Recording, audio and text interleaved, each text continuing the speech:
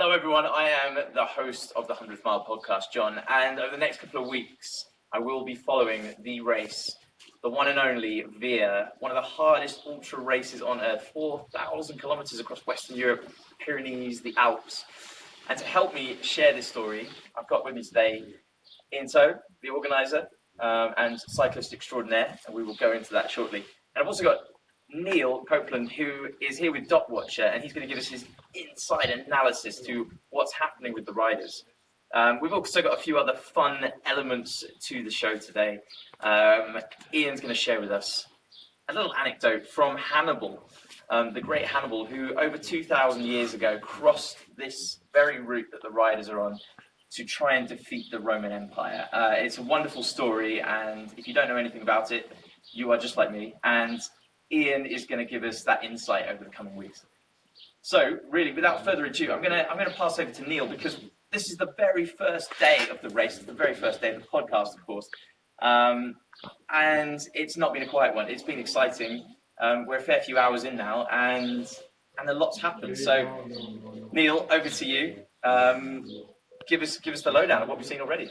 Yeah, I mean, over the last couple of days, all the chat amongst the riders at the rider briefing and at registration has been about the incoming heat wave and how to manage the heat.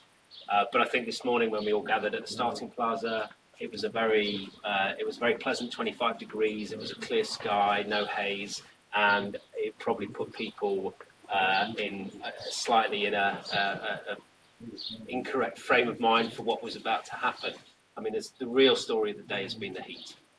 Once it got to kind of after midday, temperatures got up into the early to mid 40s.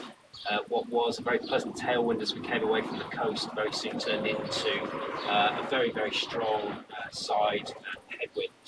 And some of the riders coming through today have been saying it's the hardest headwind they've ridden into. I mean, conditions out there have just been absolutely brutal. I think the people we expected to be at the front of the race are at the front of the race. You know, Adam Bialek is leading. We got Will Dixon. We got some of the others there tucked in right behind him, and you know they've made strong progress. I think the real challenge is going to be, or the real question is, it's as much about looking after yourself in these conditions and making sure you're not doing too much damage to yourself, making sure you're taking on enough water, making sure you're managing body heat, as well as making good progress down the road. I think some people will have gone out and not done that, so they may have ridden fast today, but then they will struggle with that later on today. But incredible distances being covered for everyone through to say top 20th, and you know, just really will be amazing to see if they can keep this going. I've stopped a couple of times on the way to chat to some of the riders. Some are coping well with the heat, some are really, really struggling with the heat. Quite a few riders have had to take a break, stop for half an hour, make sure they're taking on plenty of fluid. We're here in a small town right in the middle of Spain, and I stopped at the petrol station on the entrance to the town, walked in, and there were four people lying on the floor having what can only be described as an ice party. And the next rider came in desperately seeking ice out. So I have a few of my coach riders here, and in the run-up to this, I was advising them to bring women's tights with them, because what they can do when they get to a petrol station is buy a bag of ice and then fill those tights with ice, loop it round their waist and then over the back, tuck it down their jersey just to help manage the temperature, help keep that core temperature down. So, you know, I've seen a few riders do that today, and the look on their face when the tights go down the back has been quite incredible. That's a really great little insight into some of the amazing strategies that people are using to cope with the heat that we're experiencing today, and obviously others aren't. We've seen quite a diverse number of strategies, which we'll talk about a bit later on. But ultimately, that's playing into how the race is unfolding. Let's go through the different categories, because obviously we've got the open men, we've got the women's category, we have our rookie riders as well. There's just a few of them in the race, and we even have Wayne, our para-athlete out there, who's just been doing a stellar job. And I think, sadly, how many hours into the race were we when we've seen our first scratch rider today, Neil?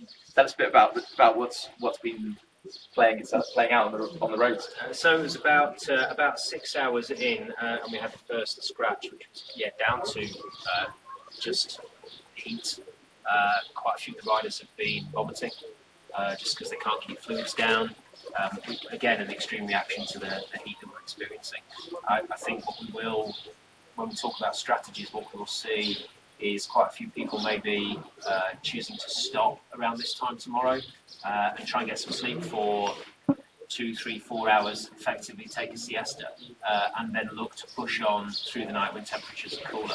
I've spoken to a couple of guys who are already looking at stopping in a hotel early, maybe about 200, 220 kilometres in, so they can then sleep maybe 7, 8 o'clock at night, get 3, 4 hours sleep, and then start riding at midnight when temperatures will drop off a lot. I mean, we've seen highs of 42, 43 on the road today, and during the night that's going to drop down to maybe 20, 21 degrees. That's a much more comfortable temperature for riding in. The riders will then be able to really keep to the pace that they normally would expect to do on a race like this on day one. They'll be able to put power out more than they can do.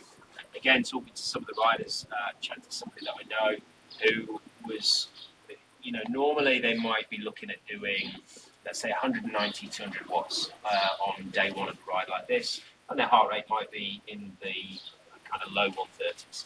Today, pushing up hills, all they could manage was like 140, 150, but their heart rate was up at 160. So we can really see the effect of the heat on the actual physiological metrics that people are monitoring through the race.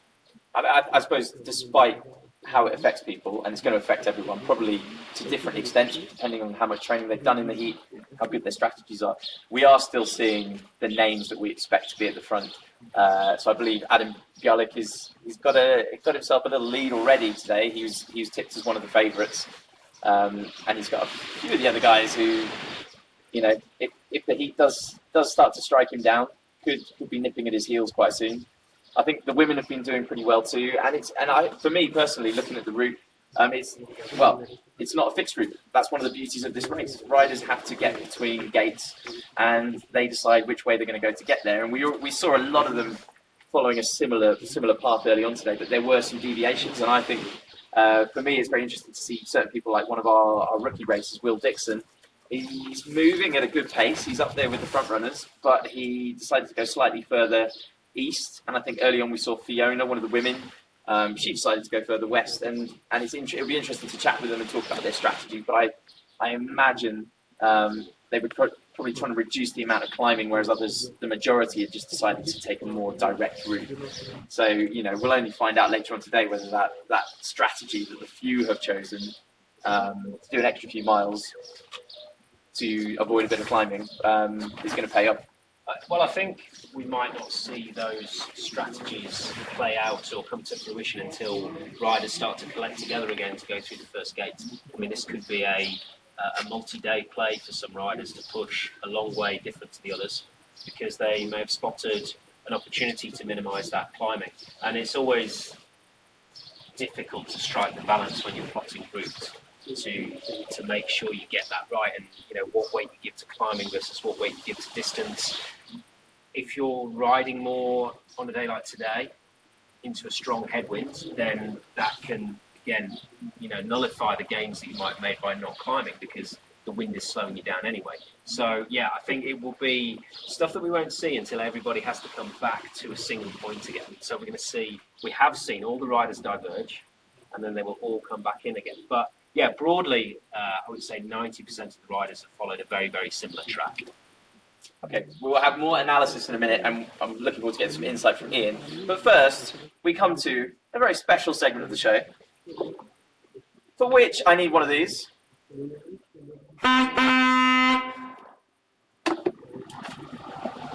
This is the Chronicles of Hannibal. Look at that, the Via logo. Over to you, Ian. Give us a little anecdote. Tell people who've never heard of him before. Give us our first facts about Hannibal. So Hannibal took 38 elephants over both the Pyrenees and the Alps, and he is the only man to have done so, apart from his brother, Hasdrubal. And all the debate about where he crossed.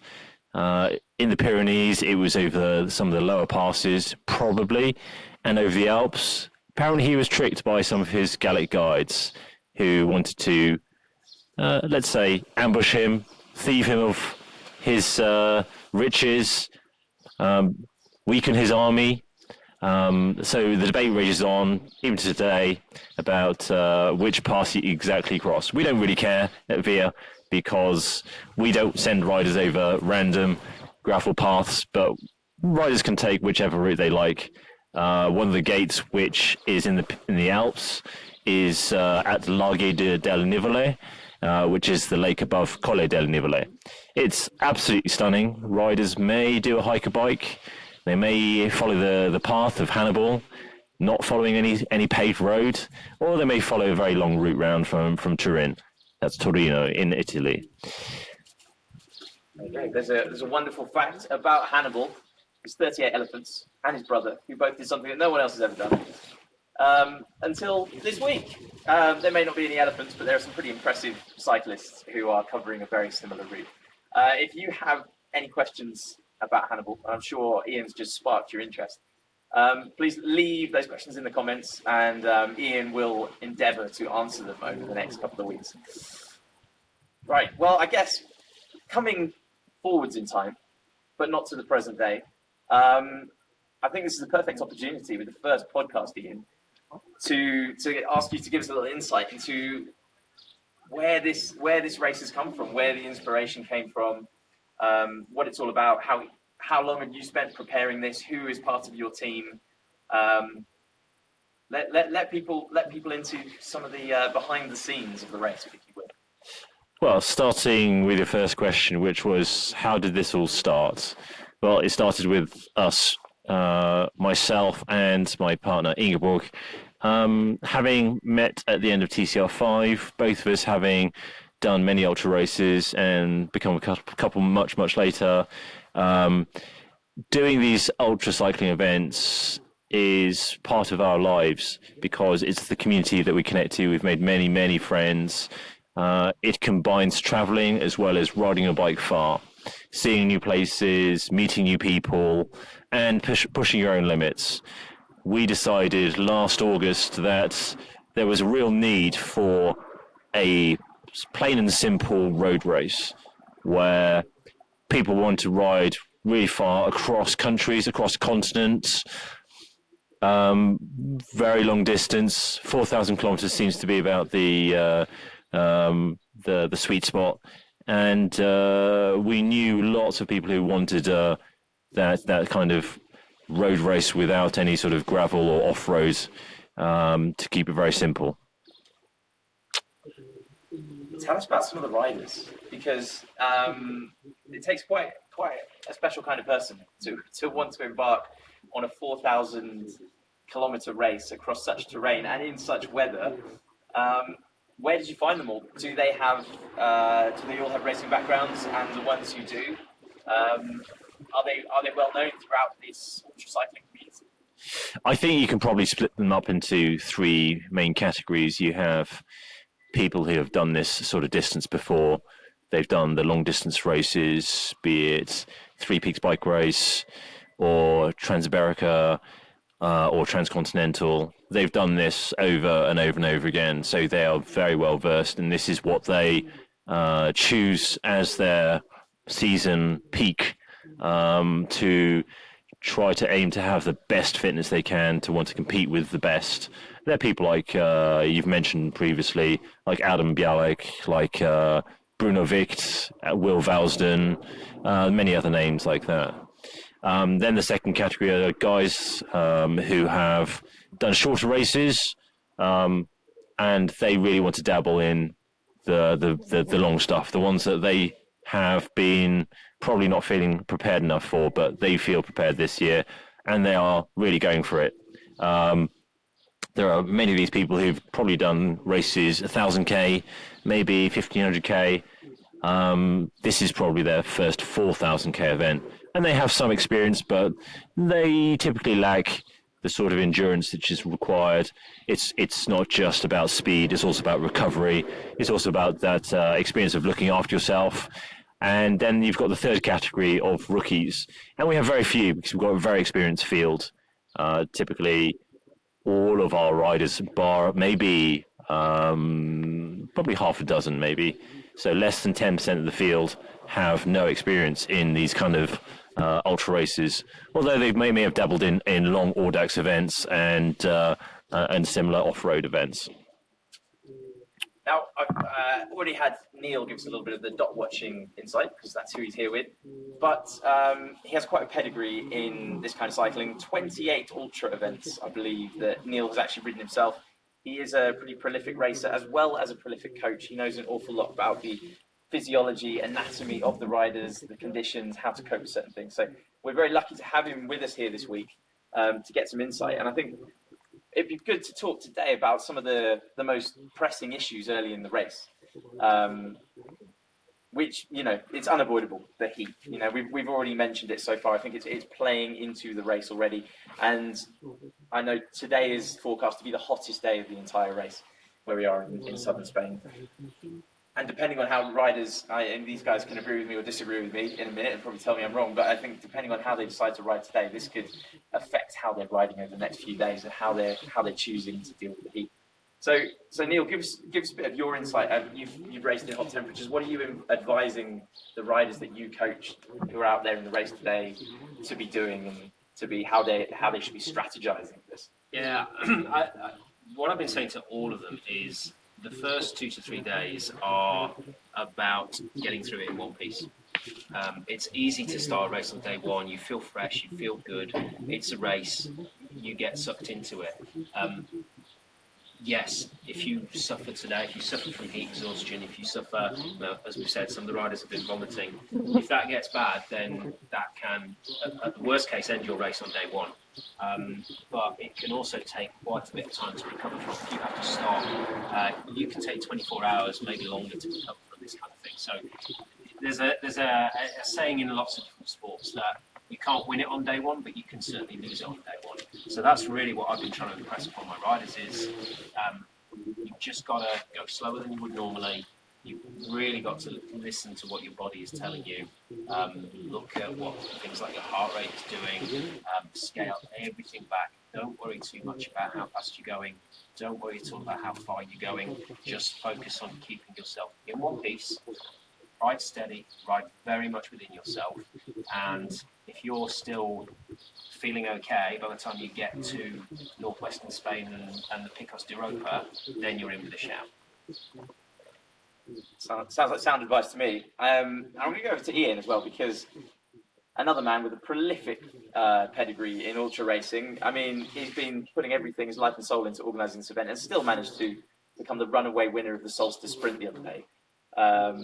Absolutely phenomenal. This is a man who's also told me he's raced through 47-degree heat. So different side of the table now, Ian. You're actually, as the organizer, and he's sitting here watching it, you know what a lot of these riders are going through. What's your perspective on what you've seen and the conditions today? I've seen a lot of excited riders, and that's what you expect from everybody when you do an event like this. We had a really grand start with a police escort through the very grand town of Cartagena. It was an amazing setting to set off. So, of course, they get sucked into the excitement of racing. And when newbies, the rookies, feel that excitement, they just let it get to them. And rather than thinking about the physiological metrics, as Neil calls it, how's my power? How's my heart rate? Is it a bit high? Is it a bit low? Is the speed I'm going at reasonable? It's very easy to see some of these newbies and identify them as ones who could crash and burn very easily. As they get carried away with pushing quite hard into the heat on the first day when they feel so fresh. But as an organizer, my primary concern is their safety. And we've already had one guy suffering from heat stroke. He's clearly very unwell. He's been vomiting, and I've already spoken to him about scratching. So he has called me, and he's decided to scratch within 6 hours, and that's a bit surprising. But maybe it's not so unsurprising given just how hot it is today. Although 47 degrees with no wind in Romania when I did TCR 5 was pretty torturous. Even in the shade, you felt like you're melting. Out here, yes, it's now a crosswind, sometimes a headwind, but the guys started off with a very strong tailwind, and that breeze will really help to cool them. Spain as well is obviously the country that they're racing through, and as they move further northwards, as the wind pushes them further north, the temperatures are dropping all the time. So you have temperatures in Murcia in the south at 40 degrees, whereas in Valladolid in the north it's 30, and in the Picos even lower. So the riders will be rewarded with lower temperatures, much cooler, more optimal conditions for moving fast, pushing a bit harder, for doing a good pace up to the north of Spain. I think that's an important thing for them to know. You know, mindset is a very big thing that we're going to talk about on this podcast as the race goes on. And, you know, whether you continue or decide not to is I'd say predominantly down to what's going on in your head a lot of the time. So to know this cooler temperatures, that's really helpful. Tell us something else, Ian, that I think is really nice. There is a real sense of community in this race, and I know your partner Ingeborg, co-organizer of this race, sent out a message to the riders earlier today, a bit of advice. Yeah, so Ingeborg sent out a message to all riders on our urgent communications channel. It's a WhatsApp group that we have for all riders that we have repeatedly asked the riders to join, and it's for us to tell them what we think is really needed for them to take note. And it was a question of looking after themselves and really paying attention to the heat, and maybe taking a break if they needed to, because heat stroke can be really bad. I mean, you could die from heat stroke, and this is something that we're very conscious of. So we have been monitoring all the riders and watching them as they pass through the various towns. We've been meeting them in the garages as we pass through. So we're not chasing the riders, but we're steadily moving along the route, and just checking in on them, just checking that they're okay. We found a couple of riders, Matt Downey and Harry Johnson. They were sat under a tree. We were just passing along. We didn't even know they were there. And Ingeborg called out, they're Matt and Harry are under a tree. And we wondered why they are under a tree rather than in a garage with aircon. We've come across many garages where the ice is highly desirable by the riders, and they are filling their jerseys, filling their bottles, filling their hydration bladders full of ice and water. They're looking pretty hot, but in the main, you know, the front guys know how to look after themselves. It was pretty interesting to see the lead woman at the time, Joanna Ruminska from Poland, stopped in a garage, pacing around with her shoes off, with a helmet off, eating and drinking. And then Nikki Shaw, who was second woman, she's from the UK. She arrived, they had a nice little chat, very friendly. Joanna then left, having probably drunk enough, having recovered and rested enough from the heat. This is not what they're used to. Nikki was dousing herself in water, emptying all that cold water on herself as well as drinking it. So they are doing sensible things and stopping more than usual, but it is slowing them down somewhat, because these are not optimal temperatures to be riding hard in. Yeah, and I think that message that went out was great, because I think it just impressed on people just how dangerous this can be, and also some advice how to look out for the signs of heat stroke. I lived in Arabia for a number of years, and I've raced across the continent, and I have come incredibly close riding my bike to potentially a fatal situation with heat stroke. And I think being aware of the signs and knowing what to look out for is so important. So we're just hoping, fingers crossed, that everyone else makes it through the day and they don't suffer too much with the heat. But it's obviously already starting to get cooler because the flies are coming out and we're all being surrounded by them in mass. Yes. So it's a good sign, despite the annoyance. Neil, first day of a race that is going to go on for a couple of weeks. Maybe a bit less for some, maybe quite long for others. What would you be thinking about if you were riding this week? Would your head just be in day one, or are you looking further down the road? What are the pressing things that you think are on riders' minds right now? I mean, I think first and foremost, it's about looking after the core things. I mean, notwithstanding the heat, you've got to get into the right eating habits. Riders have to consume a huge number of calories on a race like this, and even then, they will be running a big calorie deficit. So, getting into the habit of what you can eat at various times of the day, what you can eat at various temperatures, keeping that food coming in with regularity, keeping the fluid coming in, that's important. And I think for me on a long race like this, it's important to start establishing new routines. You know, a lot of riders will say, oh, well, you know, why don't I go through the night on the first night because I feel fresh. The problem there is that can put you in a hole. There are very few riders who can go through without sleep the first night on a long race like this and not have it impact them. So I think, you know, what I'm looking for today is who's playing sensible, who's getting into their routines, who's getting a good 3 hours of sleep tonight, who might be shifting their sleep into a hotter part of the day, making the most of the cooler temperatures overnight. So yeah, for me, it's all about getting into that routine. I think in terms of, are you thinking too far ahead? Not really. I think the minute you start to look too far ahead, that's when it can become much harder mentally. I've often found on long races, the only day I'll think about the finish is the last day. Or the only day I'll think anything more than the day ahead is the last day. And that can often be the hardest day. You know, my goal for day one is to be ready to ride on day two. That is it. Yeah, I think the sleep is really interesting, and we're heading towards that point now. It'll be fascinating to see what happens tonight. From my perspective and what I've heard recently, I think some of the more successful ultra racers are starting to have more sleep than was traditional in the past, certainly early on in the races, making sure they recover. And I say a lot of sleep. You know, I'm probably only talking 2.5 hours a night.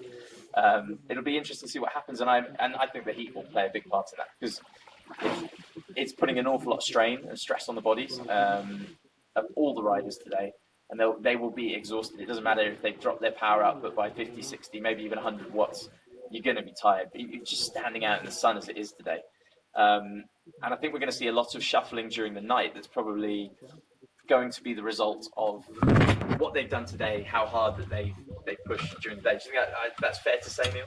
Yeah, definitely fair to say. And I think it can come down to just decisions about where to sleep tonight. You know, some people take on a race like this thinking they're going to sleep outside every night.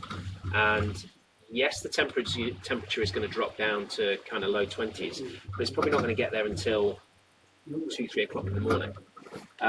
So for somebody wanting to stop early and ride at that time, it might be those people who choose to get into a hotel with good aircon, and that might be luck or judgment. You don't know. So you know, it can be the little things like this that decide how well somebody recovers. But I think sleep does play a really, really important part. We do these things with what pretty much everybody would consider minimal sleep. But I would say in the last 2 years, attitudes or our understanding of how we get that balance between sleep and riding time has shifted. And I think if you get more sleep, and we'll probably see the lead riders getting 3 hours on this event, with that more sleep, it might not necessarily be that you recover enough to ride faster to make up that time, but you tend to be faffing less. So you'll have just more control over what you're doing, so you'll actually spend less time off the bike. And that's where that can offer payback. Yeah, so if you're unfamiliar with ultra racing and you're listening to us talk now, it's perhaps these aren't the limiting factors that you would traditionally imagine an athlete being held back by. You know, you might be thinking the size of their heart, their legs, their lungs, which are all important factors, but I think over the duration, we're going to be talking much more about mentality, mindset, strategy, planning. We're going to be talking about digestive system and eating. I'm sure the heat playing havoc on some people's guts. We actually had a young man, Kishan, we know he was struggling earlier with his stomach. So was that because of the heat? From my own experience, probably quite likely. So there's all kinds of other limiting factors. So you could be the fastest guy in the race over an hour, or the fastest girl over an hour, and that doesn't mean you're going to win a race like this. So I think that's what adds all these exciting elements of jeopardy that we don't see in smaller races, and what are the things that will keep this race exciting over the next couple of weeks? What are your thoughts, Ian? I think that's absolutely right. Your ultra cycling race is the purest form of cycling, I think, because when you are riding unsupported across countries, across continents, you have to look after yourself. You have to find all your own food. You have to find your own drink. You have to fix your own bike if something goes wrong. You have to do your own route. You have to find where you have to sleep. So it's not just about riding fast. It is about, having a great route. It is about looking after yourself overall. And if you have a bad route, it can lose you hours. Whereas, if you have a high FTP, if you have a high aerobic output, that won't save you a lot of time if you are sleep deprived or you're going in the wrong direction. It means that you need the full repertoire to win a really tough contest where you have a strong field. We've mentioned some names. We'll mention some others.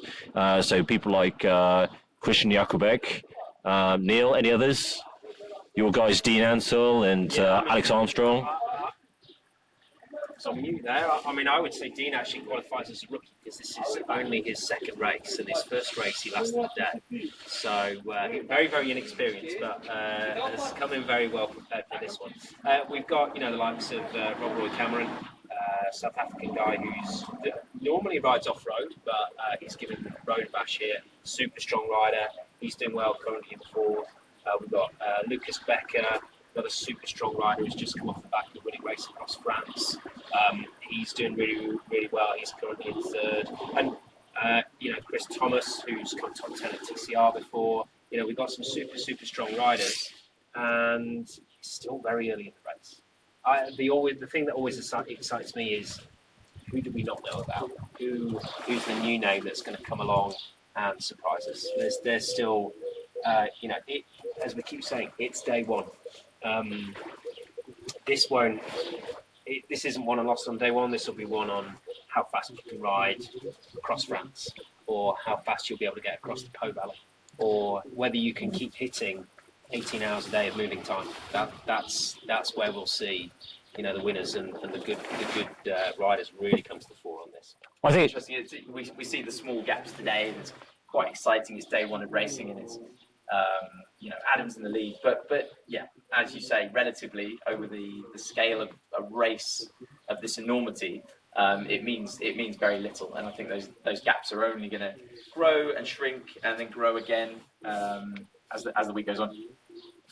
So yeah, I think it's been really interesting talking to some of the top riders and asking them, listening to their ambitions for how many days they can complete the 4,000 kilometers and crossing pretty much every mountain range between Cartagena in southern Spain, over the Sistema Central, over the Picos, through the Pyrenees, the Massif Central, the Alps, and the Apennines twice. And typically, these experienced guys, they're very fast, and yet they are being very modest with their estimates because I think they know that the weather plays such a factor in it. So they're predicting, they say, under 10 days, maybe 9 days. I know some have ambitions for under 8 days, but they won't say it because they know it's such a lottery. Who knows what happens if it's so hot for so long, which is unlikely to be right now. But what if there are storms in the Alps, in the Pyrenees, if we get torrential rain in any of the countries, as has been experienced recently, maybe in Italy, maybe in France. And this will really slow them down if they start to get cold and wet for days on end. But the weather forecast, despite today being the hottest, is pretty good. There you go. So there's plenty to listen out for. And even if someone does manage to do the impossible, improbable, and quite remarkable and finish within 8 days, we will continue to be on air for the next couple of weeks. You can tune in and you can listen to how the race is unfolding.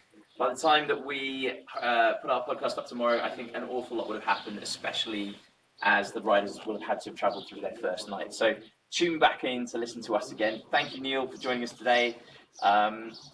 From Ian and myself, that is over and out for another veer. Come back tomorrow and find out more fascinating facts about the race and, of course, about Hamilton. That's all from me, John, host of the 100 Mile